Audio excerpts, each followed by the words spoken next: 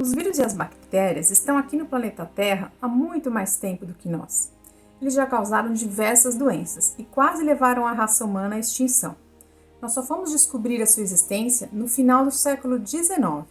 O primeiro médico que ousou aconselhar a lavagem das mãos antes de atender os pacientes foi ridicularizado pelos seus colegas e acabou morrendo em um hospício, vítima de infecção na mão. Eu sou Márcia Palferro, farmacêutica e professora, e convido você a conhecer um pouco mais sobre esses fascinantes seres microscópicos e a sua conturbada relação com os seres humanos. Ao final desta história, eu espero que você compreenda o título deste vídeo. Está começando agora O Mundo é dos Micróbios.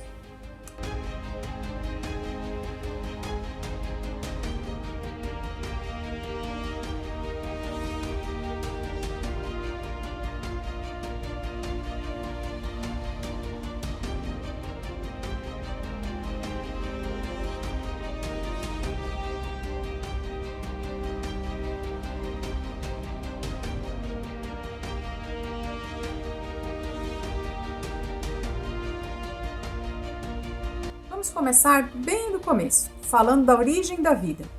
Mas não é sob o ponto de vista religioso que nós vamos falar hoje.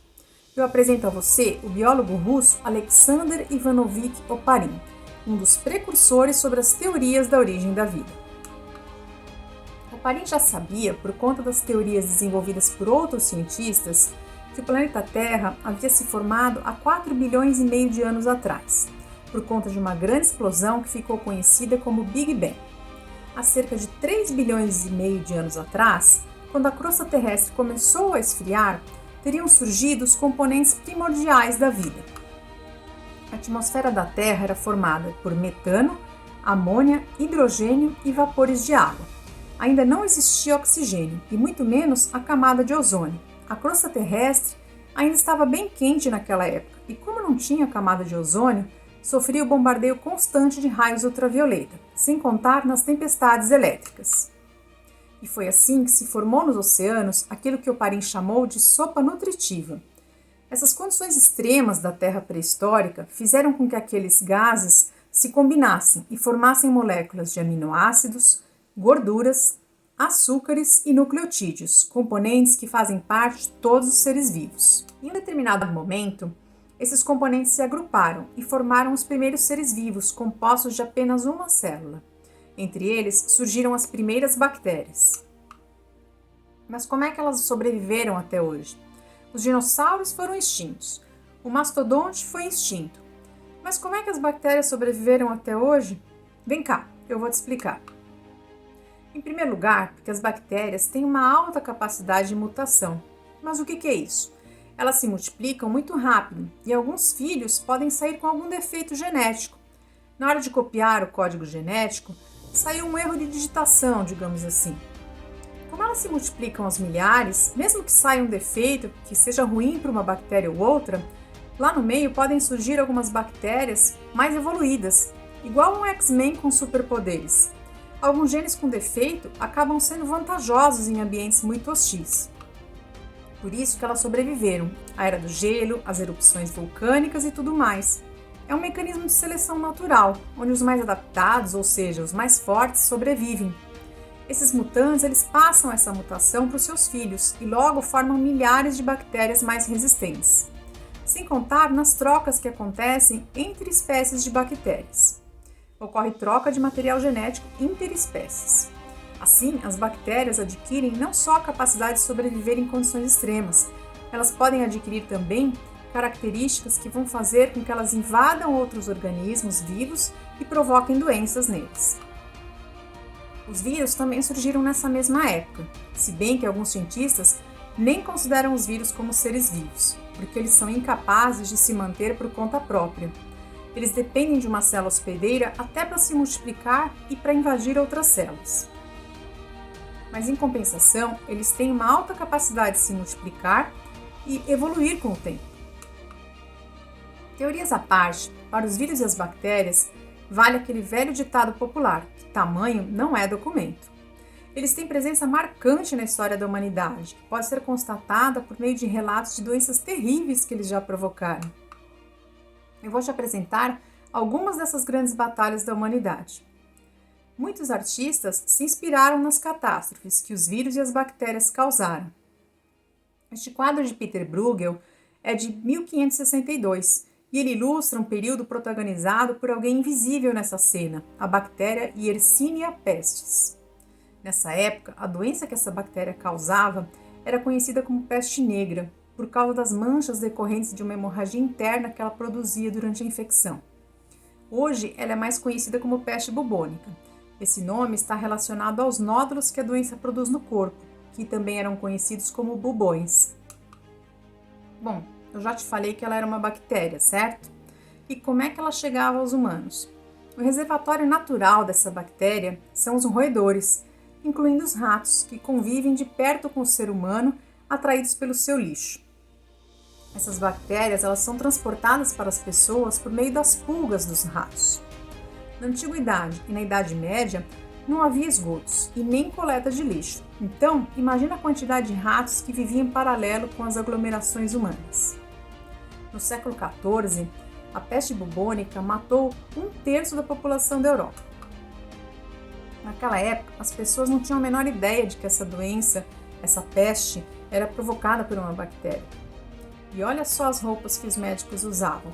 Eles acreditavam que as doenças infecciosas elas se espalhavam pelo ar envenenado, daí o uso dessas máscaras tão esquisitas.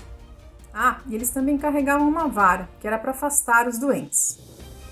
Os tratamentos oferecidos para a peste, aliás, para qualquer doença de antigamente, incluíam sangrias, vomitivos, purgativos e suadores. E era assim que eles acreditavam que conseguiriam tirar a doença do corpo de alguém. Com relação à origem da peste bubônica, a hipótese mais provável é que ela tenha vindo da China e foi para a Europa pelas rotas de comércio. Os navios que vinham pelo mar Mediterrâneo, eles desembarcavam junto com as suas mercadorias os ratos contaminados com a peste, e assim eles entravam pelas cidades costeiras da Itália.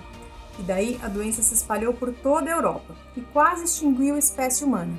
Eu tinha falado que a peste bubônica matou 1/3 da população, mas na verdade alguns pesquisadores estimam que foi quase 2/3 da população. Eu falei de uma doença que começou na China, entrou pela Itália e se espalhou pelo mundo, é isso mesmo? Então, agora em 2020 está acontecendo algo bem parecido com o chamado novo coronavírus, que foi descoberto no final de 2019 lá na China.